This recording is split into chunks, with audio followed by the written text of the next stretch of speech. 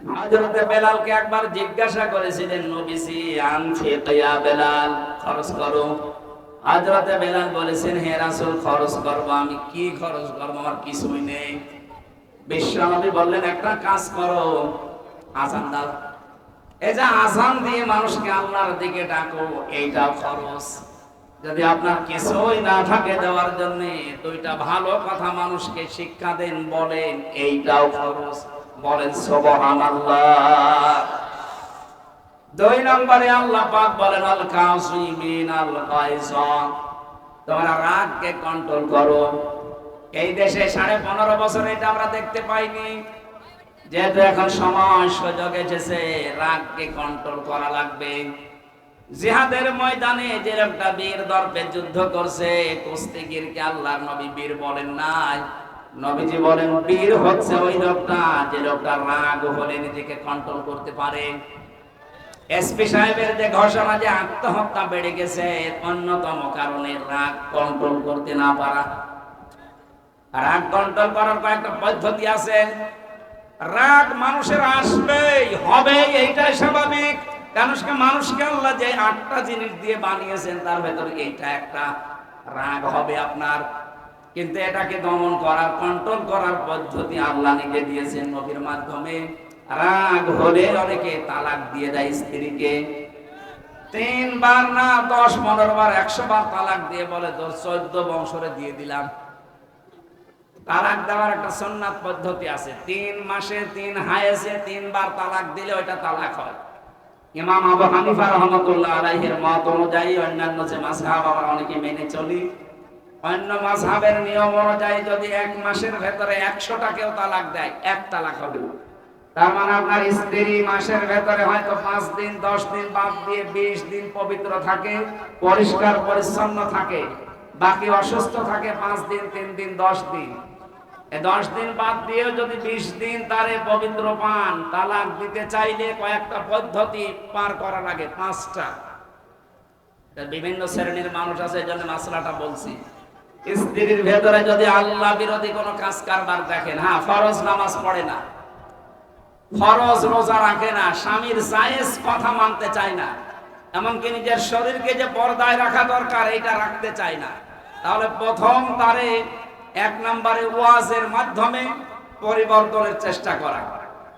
ইয়াইজুকুম, তাদেরকে ওয়াজ করো। এর মাধ্যমে যদি ওর পরিবর্তন না আসে, তাহলে ওর বিছানা আলাদা করে দেওয়া। এতেও যদি ওর বিবেক না খোলে, তাহলে মৃদু আঘাত করা মানে শাসনের জন্য। তাহলে এমন মার দেওয়া যাবে না যত দাঁত মুখ খুলে গেছে।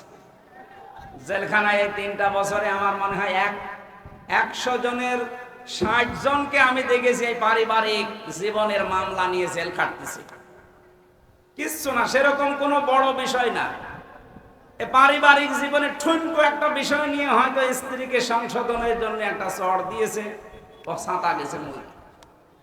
এখন যিনি জল্লাদের দায়িত্বে আছে কেন্দ্রীয় কারাগারে, ইলিয়াস, আগে ছিল শাহজাহান জল্লাদ, এখন ইলিয়াসের দায়িত্বে এসেছে। এই লোকটার মামলা আমার মাঝে মাঝে আসতো আমার কাছে, ফাঁসির এই কন্টেন্ট ছেলে বলছে, হামজা ভাই, আমি 17 বছর ছিলাম সৌদি আরবে, এসে বিয়ে করলাম। বিয়ের পরে দেখি আমার মার সাথে বর কোনো মিল নেই, কিছু করলেই বর মন পাওয়া যায় না, খালি রাগ করে, ঝগড়া করে। মনে করলাম একটু সংশোধন করি। সংশোধনের নিয়তে ভয় দেখানোর জন্য একটা থাপ্পড় দিয়েছি। থাপ্পড়টা একটু জোরে হয়েছিল, ও ছাতা গেছে বই। ওর বাবা আর মা মিলে আমারে মামলা দিয়েছে, এই যে আমি জেল খাটছি। আমার প্রথমে ফাঁসি ছিল, এখন আমার যাবজ্জীবন। 30 বছর জেল খেটে বের হওয়া লাগবে। বলেন আপনি, 17 বছর বিদেশে কাটিয়েছে, 30 বছর জেলের ভেতরে, আরো 25 বছরে হয়তো বিয়ে করেছে। সব মিলে কত বছর ওর জীবন থেকে শেষ, ও আর কি করবে? অথচ বিষয়টা খুব বড় না, মাত্র সংশোধনের জন্য একটা থাপ্পড় দিয়েছিল বউকে। এই জন্য পারিবারিক জীবনে খুব হিসাব করে তালাকের এই বিষয় এবং এই গন্ডগোল, এই পদ্ধতি মেটানোর কিছু সিস্টেম জানা লাগবে, নয়তো পারিবারিক জীবন কন্ট্রোল করা এই জামানায় সম্ভব না। সব এখন হাতের মুঠায় পাওয়া যাচ্ছে।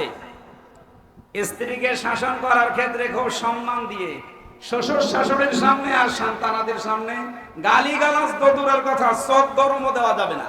যদি কিছু করতে চান তাহলে গোপনে যখন একান্তে থাকেন হাত চেপে ধরে, পা চেপে ধরার দরকার নেই, বা বিভিন্ন জায়গা যা আছে চেপে ধরেন, ধরে বলবেন যে দেখো এই কাজ করা ঠিক না। ও যদি জ্ঞানী মহিলা হয়, যদি বিবেক থাকে, ও পাল্টাবে। তাদের অন্তত হালকা বিবেক আছে, দেখবেন তারা পরিবর্তন হয়ে যাবে। সম্মানিত মা বোন যারা এসেছেন, আমি আশা করছি আপনারা ওই রকম উত্তরসূরি না, আপনারা উত্তরসূরি খাদিজাতুল কুবরা। আমি যে কথাটা বলার জন্য পর্যন্ত এসেছিলাম, কেউ যদি স্ত্রীকে তালাক দিতেই হয়, 4 নম্বরে তাকে সংশোধনের জন্য মায়ের দেওয়া জায়েজ আছে, কিন্তু লাঠি হওয়া লাগবে 1 বিঘত পরিমাণ।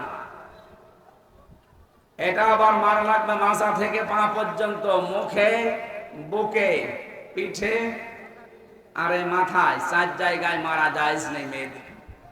কেউ যদি জোরে মারার কারণে কারো স্ত্রীর শরীরে কোনো জায়গায় দাগ পড়ে যায়, ননসা পড়ে যায়, 100 উট কোরবানি দেওয়া লাগবে। জীবনে চোখে দেখেছেন বউ মারা যারা, বউ যারা মারে এরা ইতর মানুষ। থানাতে যে দেখেন কত মানুষ এই পারিবারিক জীবন নিয়ে ঝামেলায় প্রতিদিন নোট করেন, ওদের হাত ব্যথা হয়েছে। আশা করছি এ থানা এগুলো যেন সামনে না হয়, আল্লাহ আপনাদেরকে বাঁচার তৌফিক দিন। 5 নম্বরে হচ্ছে একেবারেই যদি না হয়, তাহলে 2 পক্ষের গার্জিয়ান ডাক দেবেন, মিলমিশ করার চিন্তা করেন। এরপরে না হলে 1 মাসে 1 তালাক দেবেন, ওই 20 দিনের ভেতরে। এটা একটা মাসলা যে 1 মাস 30 দিনে, 30 দিনে যদি আপনি 1000 বারো তালাক বলেন, 1 তালাক হবে। অন্যান্য যে 3টা মাযহাব আছে ওইটা, আর আমাদের আবু হানিফা রাহমাতুল্লাহ আলাইহির মাযহাব অনুযায়ী 1 জায়গায় যদি 3 বার বলেন, যা আপনার বউ শেষ। না, এটাকে আবার হালাল করতে হলে এই যে হেলা বলে, হেলা হলে হবে না। কিসের হেলা? আপনি একজনের কাছে বিয়ে দেবেন একেবারে স্বেচ্ছায়, সে যদি সংসার করার পরে স্বেচ্ছায় ছেড়ে দেয়, তারপরে 3 মাস 10 দিন পরে বিয়ে করবে। আমার মনে হয় এরকম রুচি কারো আসবে না। এই জন্য এই পদ্ধতিতে যারা আছেন খুব সতর্ক থাকবেন। আর এটা হয় রাগের কারণে। কিসের কারণে? এই জন্য আল্লাহ বলেন জান্নাত আমি বানিয়ে রাখলাম তাদের জন্য যারা রাগ সেক দিতে পারে। এটা কত বড় বিষয় দেখেছেন? রাগ সেক দিতে পারলে 1000 বিপদ থেকে বেঁচে থাকা যায়। এই জন্য রাগ যাদের হবে, প্রথমে দাঁড়ানো থাকলে বসে পড়বে, এরপরেও যদি না হয় শুয়ে পড়বে, এরপরেও যদি আপনার কন্ট্রোলে না আসে তাহলে ওযু করা লাগবে। যে সমস্ত জায়গায় পানি দিয়ে ভেজানো দরকার এগুলো দেন, আপনার রক্ত ঠান্ডা হবে। এরপরেও না হলে আউযু বিল্লাহ পড়া বারবার। এরপরে না হলে আর কি করবেন? চোখ বন্ধ করে বসে পড়া। আল্লাহ রাব্বুল আলামিন কন্ট্রোলে নিয়ে এসে দেবে। যারা রাগ কি কন্ট্রোল করতে পারে, আল্লাহ বলেন আমি নিজে তাদের জন্য জান্নাত তৈরি করে রাখি। সুবহানাল্লাহ বলতে পারেন না? 5 ওয়াক্ত নামাজ পড়া, 30টা রোজা রাখলে জান্নাত আমি তৈরি করে রাখি, এমন কথা আল্লাহ দেয়নি। বলেছে যারা রাগ কন্ট্রোল করে তাদের জন্য আমার জান্নাত প্রস্তুত করে রাখি। বলেন আল্লাহু আকবার। আল-আফিনা আনিন নাস, যারা মানুষকে ক্ষমা করে দেয়। এটা যে মহৎ গুণ নবীজির জীবনে আমরা পেয়েছি। বিশ্ব নবী মুহাম্মদুর রাসূলুল্লাহকে যারা নিজের দেশে থাকতে দেয়নি, এ কঠিন অবস্থায় নবীজি ক্ষমতা পাওয়ার পরে তাদেরকে ক্ষমা করে দিয়েছিল। এর দৃষ্টান্ত আজ অনেকে দেখাতে পারে না, অনেকে দেখানোর চেষ্টায় আছে। প্রচন্ড রোদের ভেতরে কোরআনের জন্য মানুষ খেয়ে না খেয়ে যারা বসে আছে, এই দেশে কোরআনের বিকল্প কিচ্ছু এই জনগণ চলতে দেবে না ইনশাআল্লাহ। যে আল্লাহ আমাদেরকে কষ্ট স্বীকার করার তৌফিক দিচ্ছে, দ্বীনের জন্য যারা কষ্ট স্বীকার করে, বিশেষ করে কোরআনে কারীমের জন্য, আহলুল কোরআনি হুম আহলুল্লাহি ওয়া খাসাতুহু ইলা আখিরিল হাদিস। ইবনে মাজাহ শরীফের হাদিসে নবীজি বলে যারা কোরআনওয়ালা এই মানুষগুলোই আল্লাহওয়ালা। এরা আল্লাহর আহাল এবং পরিবারভুক্ত লোক। আর খাস প্রধানমন্ত্রী যিনি ছিলেন পালিয়ে গেছে, ওনারে প্রধানমন্ত্রী বলা আমার মনে হয় ঠিক হয় না, কারণ উনি তো আর জনগণের ভোটে প্রধানমন্ত্রী না। এই শব্দটাকে আজ বহির্বিশ্বে ওনারা উল্টা পাল্টা করে মানুষকে শোনাতে চাচ্ছে যে আমরা প্রত্যক্ষ ভোটে নির্বাচিত ছিলাম। কিসের নির্বাচিত ছিলেন? আল্লাহ বলেন হুয়া জিতাবাকুম ওয়া মা জাআলা আলাইকুম ফিদ-দীনি মিন হারাজ। তিনি সে আল্লাহ যিনি তোমাদেরকে নির্বাচিত করে। নাটোরবাসী জবান খুলে বলবেন তো, মানুষ যে নির্বাচিত হয় কিসের মাধ্যমে? নির্বাচনে। কিসে? নির্বাচন না হলে নির্বাচিত হওয়া যায়? তাম দুনিয়া এখন জানে যে 15.5 বছরে কোনো নির্বাচন হয়নি। ভোটের আগে 154 জন হয়ে যায়, 300-র ভেতরে 151 জন পেলে সরকার গঠন করা যায়, সেখানে 154 জন এমনি হয়ে গেছে। এটা তাম দুনিয়া দেখেনি। এরপরে ভোট দেখলাম কি দিনে হবে না, ও রাতেই করে ফিক্স। তার মানে যারা 154 জন এমনিতে ডিক্লিয়ার দেয়, যারা দিনের ভোট রাতে করে ফেলে, তাম দুনিয়ার মানুষ শোনেন, এগুলো জনগণের প্রত্যক্ষ ভোটে না, চুরির মাধ্যমে। আল্লাহ বলছেন আমি নির্বাচিত করি, আর নির্বাচিত করার পদ্ধতি নির্বাচন। সেই সিস্টেমই যখন আপনারা পাল্টিয়ে ফেলেছেন, আপনারা নির্বাচন চাননি, এই জন্য 15.5 বছর দেননি। আমির জামাত ডক্টর শফিকুর রহমান হাফিজাহুল্লাহ, ওনাকে সাংবাদিক জিজ্ঞাসা করছে আওয়ামী লীগ নির্বাচনে আসবে কিনা। উনি জবাব দিয়েছেন ওনারা আসবে কি করে, কারণ ওনারা তো নির্বাচন চায় না। যে যেটা চায় না তার উপর এটা চাপিয়ে দিলে জুলুম হয়। এবার আপনি ঠেলা টের পান, নিজের ফাঁদে আপনি নিজে মরবেন। কথা বলে না কেন? যেহেতু সিস্টেমটা আল্লাহ রাব্বুল আলামিন কোরআনে কারীমের সূরা হজের 78 নম্বর আয়াতের মাঝে এটা আছে, হুয়া জিতাবাকুম, তিনি তোমাদের নির্বাচিত করেন। এখান থেকে আমরা সংশোধন হই এবং সংসদের বিষয়গুলো যেটা আছে সংস্কারের, এটা এখান থেকে আমরা জানাবো। কারণ এই পরিবেশ তৈরি করে দিয়েছে যারা সংস্কার করার জন্য। বৈষম্য বিরোধী ছাত্র আন্দোলনে যারা জীবন দিয়েছে, ওনাদের 9 দফার ভেতরে এটা ছিল যে আমরা সংস্কার চাই। কথা বলে না কেন? বৈষম্যের শিকার হয়েছিলেন আপনাদের নাটোরের এসপি মারুফ হাসান হাফিজাহুল্লাহ। আল্লাহর এই বান্দাকে এই 15 বছর বৈষম্যের শিকার বানিয়ে দূরে রাখা হয়েছিল। আল্লাহ রাব্বুল আলামিন এই আন্দোলনের মাধ্যমে জনগণের হাতে দেশটা তুলে দিয়ে এইরকম মানুষদেরকে আজ জনগণের খাদেম বানাচ্ছে। আমরা চাই সারা বাংলাদেশে যারা বৈষম্যের শিকার ছিলেন তাদেরকে সামনে নিয়ে আসা হোক। সংস্কার যখন আরম্ভ হয়ে গেছে, আমরা সংস্কার চাই। কথা বলে না কেন? বিশেষ করে 1628টা চেয়ার যিনি পালিয়েছে, ওখান থেকে শুরু করে আপনাদের বাগাতিপাড়া থানার ওসি পর্যন্ত 5 তারিখের আগ পর্যন্ত যারা ছিল, আমরা চাই এই 1628টা চেয়ারে যেন ওরা আর না থাকে। এটা শুধু আমার না, আপনি সমন্বয়ক যারা 152 জন জিজ্ঞাসা করেন, প্রত্যেকের দাবি এইটাই। 1780 জন মানুষ জীবন দিয়ে গেল। 1780 জন মারা যাওয়ার পরেও যদি গণহত্যা না হয়, আমরা কি সবাই মরে গেলে গণহত্যা হচ্ছে? অনেকে বলছে না এরা এখনো শহীদ হয়নি, এরা এমনি এমনি ইয়ারকে মেরে জীবন দিয়েছে। আপনি দেন তো দেখি, আপনি যান, এই যে পুলিশ বসে আছে যারা গুলি চালাতো, এরা না। আপনি যান ওনাদের গুলির সামনে একটু মুখটা পেতে দেন তো, কত বড় ঈমান আপনার দেখছি। যান, শহীদ আবু সাঈদের জীবনের মায়া ছিল না? কথা বলে না কেন? জীবনের মায়া ছিল, কিন্তু যখন দেখেছি যে মুক্ত ভাবে চলতে পারি না, কথা বলতে পারি না, এই জীবন রেখে করব কি? এই মানবতার পক্ষে থেকে শেষ পর্যন্ত জীবনটা দিয়ে আমাদেরকে একটা স্বাধীন দেশ দিয়ে গেল। একেও যদি আপনার শহীদ মনে না হয়, তা কি ও আবার কবর থেকে উঠে এসে বলবে যে এই দেখো আমি শহীদ হচ্ছি? এগুলো আরেকটা ক্যান্সার। আমার কথা সাফ, কি হবে আগে পরে ওগুলো আমি ভাবি না, বাস্তবতার সামনে যেটা আসে ওইটা বলছি। আমরা সত্যিই চাচ্ছি এদেশে 1628টা চেয়ারে সব যেন হাত খোলা থাকে আবু সাঈদের মতো। এতদিন হাত বাঁধা ছিল, এই জন্য ওনাদের ইচ্ছা থাকলেও করতে পারি না।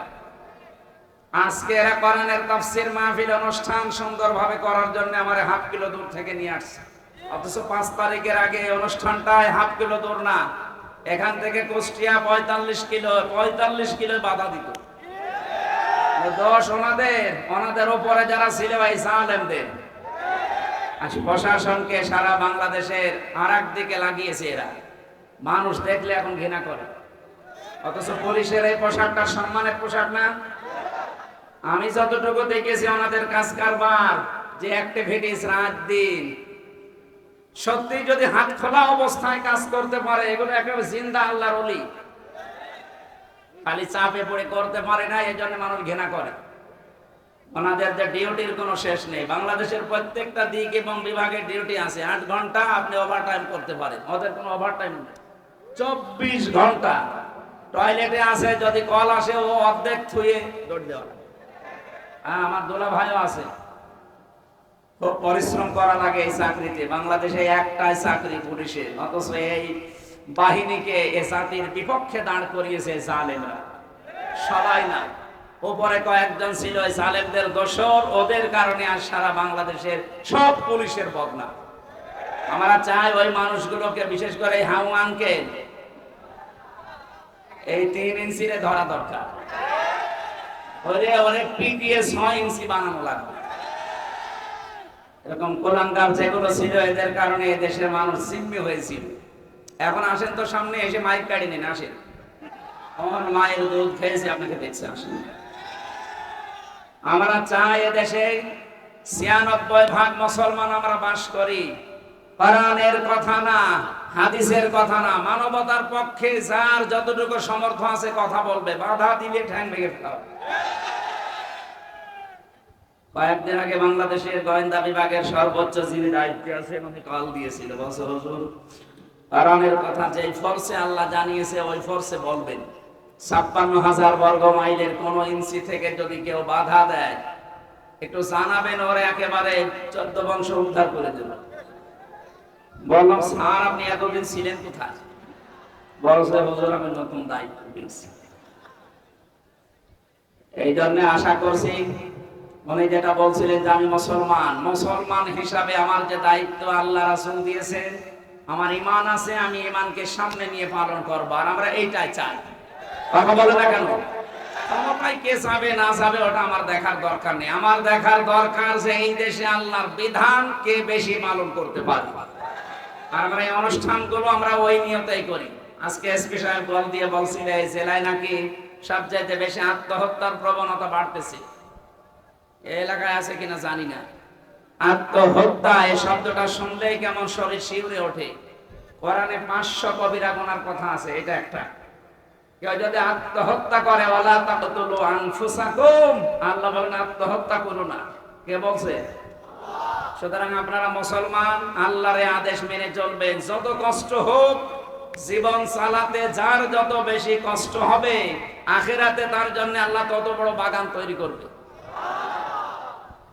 যে লোকটা 20 তলা বিল্ডিং এর মালিক, প্রতি মাসে 5 লাখ টাকা ভাড়া তোলে, আরামে খায় আর আল্লাহ আল্লাহ করে, ওর চাইতে যে লোকটা ভ্যান চালাচ্ছে, মাথার ঘাম পায়ে ফেলে জীবন চালাচ্ছে, এর টাকা ওর চাইতে 100 ভাগ আলাদা। জান্নাত যখন আল্লাহ দেবে, এই 20 তলা বিল্ডিং এর মালিকের চাইতে ভ্যান চালককে আল্লাহ আগে দেবে। আপনারা রাজশাহী বিভাগ না, এটা রাজশাহী বিভাগের মানুষ তো, আর টাকা পয়সা আছে আপনাদের। গরিব মানুষ আছে রংপুরে, এ বিভাগের মানুষেরা গরিব তো। আমার মনে হয় নবীর ওই হাদিস, ধনীদের চাইতে গরিবদেরকে আল্লাহ 500 বছর আগে জান্নাতে দেবে। সেই হিসাবে শহীদ আবু সাইদের বিভাগ রংপুরের মানুষগুলো আগে জান্নাতে যাবে তুলনামূলক। এরপরে রাজশাহী আছে, এরপরে আপনারা, এরপরে আমরা খুলনা বিভাগে, এরপরে আমরা, এরপরে তো সিলেট আছে, চট্টগ্রাম আছে, সর্বশেষ যাবে ঢাকা। কারণ সব কমির গুলো ওখানে। গরিব মানুষ বলে আপনারা মন খারাপ করবেন না, যে সেখানে সেই দায়িত্বে আছেন, জীবনের এটা টার্গেট নিয়ে মারা তো যাবেন, হয় 2 দিন আগে নাই 2 দিন পরে।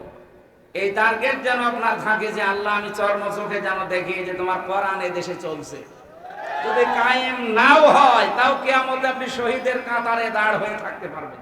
সুবহানাল্লাহ বলতে পারেন না? যারা আত্মহত্যা করছেন এই প্রবণতা বন্ধ করা দরকার। এটার জন্য কিছু অনুষ্ঠান আছে, ওইগুলো আমি কিছুক্ষণ পরে এসপি সাহেবের কাছে যাব। উনি আমাকে দাওয়াত দিয়েছেন, আমি যাব, কিছু পরামর্শ আছে করব। এই বিষয়গুলো সামনে আনতে পারলে এই প্রবণতা কমে যাবে ইনশাআল্লাহ। মানুষ যখন জীবনের উপরে হতাশ হয়ে যায়, যখন জীবনের উপরে আশা হারিয়ে ফেলে, তখন এই পথ বেছে নেয়। ওই সমস্ত কাজগুলো যেন সামনে না আসে। প্রায় 8টা-9টা পদ্ধতি আছে কোরআনে। আমি ওই এগুলো যে অ্যাপ্লাই করে দেখি, ওইগুলো এই দেশে বিশেষ করে নাটক সেলাই যেহেতু এটা বেশি, এটা চালু করা যায় কিনা। 2 নম্বরে শুনলাম নাকি এই সেলাই সুদ একটু বেশি, টাকা ছেড়ে রাখে টাকা আসে। এটা মায়ের সাথে জেনা করার গুনাহ হবে। যারা 1000 টাকা ছেড়ে রাখে 1000 টাকায় 1100 টাকা দেয়, এরকম মানুষ দেশে নেই?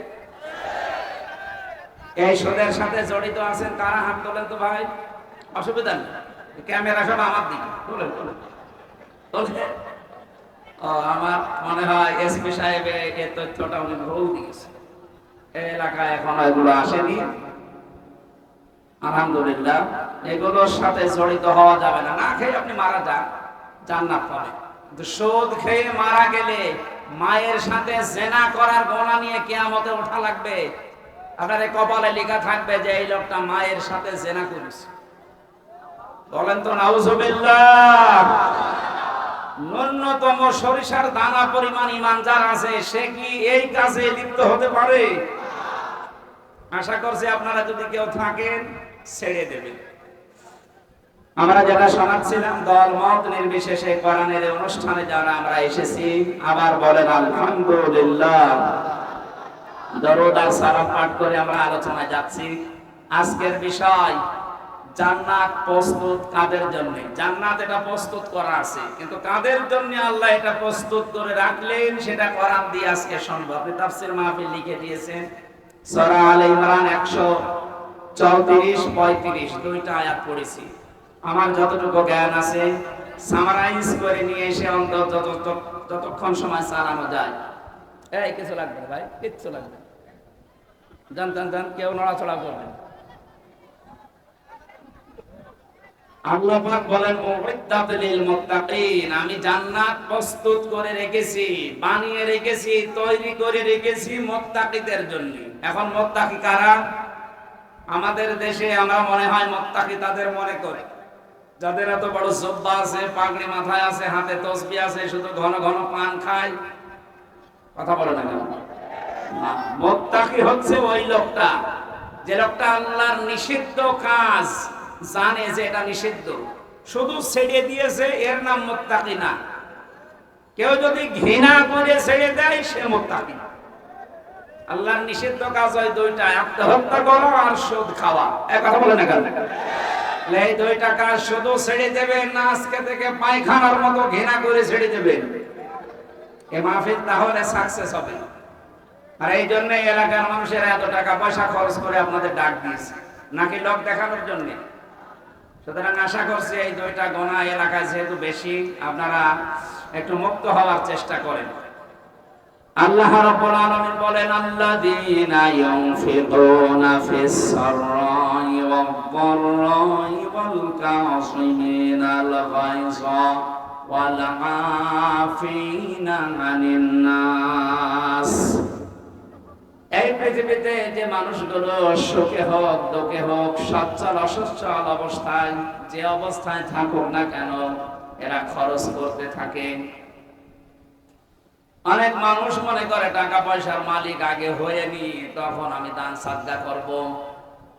আপনি যদি সালমান এফ রহমান, যেটা বাংলাদেশের ভেতরে সবচাইতে বড় চোরের তালিকায়, তার নাম 2 নম্বরে আছে। 1 নম্বরে ইসলামী ব্যাংকের সাথে জড়িত ছিল এস আলম, এইটা ও ৭৫,০০০ কোটি টাকা মেরে দিয়েছে, আর এ মেরেছে ৩৬,০০০ কোটি। এই দেশ চালাতে যা লাগে 3 ভাগের 2 ভাগই এরা দুইজন নিয়েছে, আর আমরা সব এই দেশে ভাড়াটিয়া। কোরআনে কারিমের নির্দেশ যদি আমার মনে হয় দেশে চালু থাকতো, এই দুইজনের হাত থাকার কথা না। গতকালকে 300 এমপি এবং 14 জন নির্বাচন কমিশনার যারা এখনো বেঁচে আছে, এই 3 ট্রাম্পের, এদের সম্পদের হিসাব চাওয়া হচ্ছে। আমার মনে হয় প্রত্যেকেই ধরা খাবে। এক কথা বলে না কেন? আমি যা দেখেছি প্রত্যেকে ধরা খাবে। সেদিন গিয়েছিলাম এই যে বড়গোনা, পটুয়াখালী, ওখানকার একজন মারা গেছে এমপি। ওর কত বিঘা জমি ছিল? 5.5 বিঘা না কত, 3 বছর 15 বছর আগে। এই 15 বছরের ভেতরে 800 কত বিঘা জমির মালিক সব আল্লাহ জিবরাইলের মাধ্যমে রাতের বেলা দিয়ে গেছে। একটা মানুষ যদি সারা জীবন টাকা উপায় করতে থাকে 850-60 বিঘা জমি কেনা সম্ভব? কি এমন কি আলাউদ্দিনের চেরাক পেল 15 বছরে 5 বিঘা থেকে এত বেড়ে গেল? মানে এই সিস্টেমটা ঠিক নেই, এই জন্যই তো এই দেশটা উপরে ওঠে না। আমরা ইনসাফ এবং ন্যায় সত্য এটা যদি কায়েম করে দিতে পারি, সম্পদ যা আছে, মানুষ যা আছে, এইগুলোই সম্পদে পরিণত হয়ে যাবে। খালি সুষ্ঠু বন্টনের দরকার। আর এটার জন্য এই যে আল্লাহর আইন চাই, সৎ লোকের শাসন চাই যারা বলে, না, শব্দটা ঠিক হয়। আল্লাহর আইন চাই, সৎ লোকের শাসন হলে হবে না, সৎ এবং যোগ্য হওয়া লাগবে। এদেশে বহু মানুষ সৎ ছিল, আমরা দেখেছি। এই দরবেশের মতো মানুষ আমরা মনে করতাম না যে আজরাইল জিবরাইল মনে হয় জান্নাত থেকে নেমে এসেছে, অথচ লোকটা যোগ্য ছিল না। সৎ তো মনে করতাম উপরে উপরে, কিন্তু যোগ্য ছিল না। যোগ্যতা অর্জন করা লাগবে সতের পাশাপাশি। যেন আল্লাহর আইন চাই, সৎ এবং যোগ্য লোকের শাসন চাই, তাহলে দেশটা আবার দাঁড়িয়ে যাবে ইনশাআল্লাহ। আমরা যারা মনে করছে টাকা পয়সা কামাই করে নেই, তারপরে না, আপনি ওই পর্যন্ত যে কামাই করে টাকা পয়সা দিলে যা হতো, এই অসচ্ছল অবস্থায় যদি 5 টাকা দেন, ওই সময় 5 কোটি টাকা দেওয়ার সমান হবে। এই জন্য সে অবস্থায় থাকি, জান্নাত আমাদের জন্য প্রস্তুত করবেন। 1 নম্বরে গুণ অর্জন করা লাগবে, যেখানে যে অবস্থায় আছে, সচ্ছল অসচ্ছল, যতটুকু সামর্থ্য আছে খরচ করা, দিনের জন্য, মানবতার জন্য, গরিব দুঃখীর জন্য। এখানে একটা মাসলা বের হয়, যারা খরচ করে টাকা পয়সা, অর্থ সম্পদ, এগুলো খরচ করার ক্ষেত্রে হিসাব করা লাগবে যে আমি এগুলো করছি কি এখান থেকে বরিশালে যে, কুমিল্লায় যে, চট্টগ্রাম যে, না আমার বাড়ির আশপাশ দিয়ে। এই জন্য দান করা, সদকা করার নিয়ম হচ্ছে নিজের নিকট আত্মীয় থেকে শুরু করা।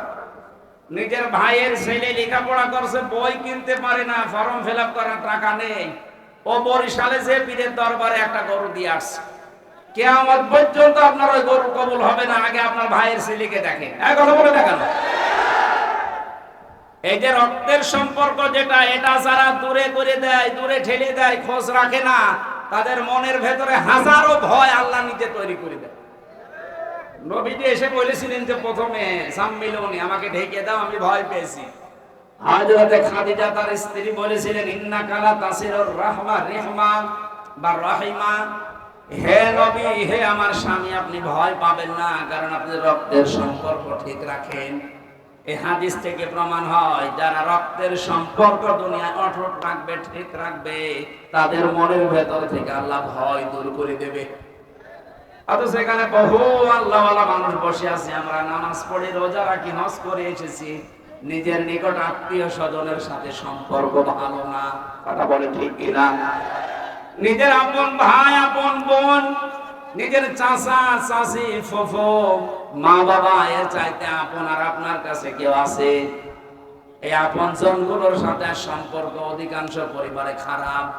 আমি যতগুলো কারণ পেয়েছি, তার 1 নাম্বার কারণ হচ্ছে অধিকাংশ বাড়ির পুত্রবধূ বউদের কারণে স্বামী তার রক্তের সম্পর্ক নষ্ট করে ফেলে। এটাকে বেশি বললাম? এক কথা বলে না কেন? আমরা জামাই, আমি সহ যত জামাই এখানে বসে আছে, এই যে কোরআন শরীফ আমার সামনে, আল্লাহর কসম, আমরা জামাইরা যেভাবে শ্বশুর শাশুড়িকে মনে করি, যেভাবে শ্রদ্ধা করি, সম্মান করি, তাদেরকে দেখি, ওই নজরে যদি আমার বউগুলো আমাদের মা বাবা, আমার বোন ভাইকে দেখতো, ওই দেশে কোন পুরুষ আলাদা হতো না। আপনি শ্বশুর শাশুড়ির জন্য হাজারো করেন, অসুবিধা নেই, বউ খুব খুশি।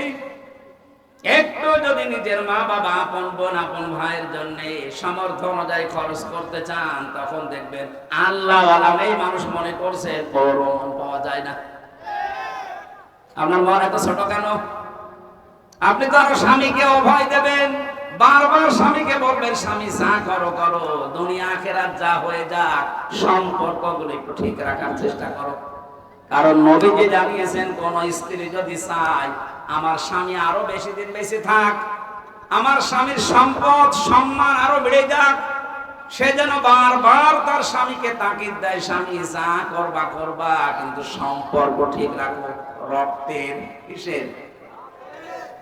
এটা আরো সম্পর্ক ঠিক রাখা দূরের কথা, কি করে নষ্ট করা যায় সেই ধান্দায় আছে। এরকম ছোট মনের বউ আছে কার ঘরে বলেন তো? একজন মুরব্বী মানুষ, আপনার বউ আবার কি করে? না না, আমি হাসির খোরাকি নেই, এটা মুরব্বী মানুষ, আমার দাদার বয়সী, ওর বউ যদি এই করে। এখানে যুবক মানুষের বউকে আল্লাহর অলি থাকে। সম্মানিত মা বোনেরা, কোন স্বামী হাত তোলেনি, কয়েকটা কারণ আছে। আমার মনে হয় ওই এলাকার মহিলারা খুব ডেঞ্জার, বাড়ি গেলে ভাত বন্ধ করে দিতে পারে এই ভয়ে হাত তুলছে। আরে মুরব্বীর বউ আছে কি নেই, হাত তুলে বসে আছে। স্ত্রী হিসাবে স্বামীকে বলছে আপনি ভয় পাবেন না, কোন জিন ভূত পরী আপনাকে ভয় দেখাতে পারে না, কারণ আপনি রক্তের সম্পর্ক ঠিক রাখেন। আপনি ভয় পাবেন কেন? এই হাদিস থেকে প্রমাণ হয় যারা রক্তের সম্পর্কগুলো অটুট রাখে, ঠিক রাখে, তাদের মনের ভয় আল্লাহ দূর করে দেয়। সুবহানাল্লাহ বলতে পারেন না? আমরা আজকে থেকে আমি সহ যারা এখানে এসেছি সংসি এটা মেনে চলার তৌফিক কামনা করছি, আল্লাহ দান করেন।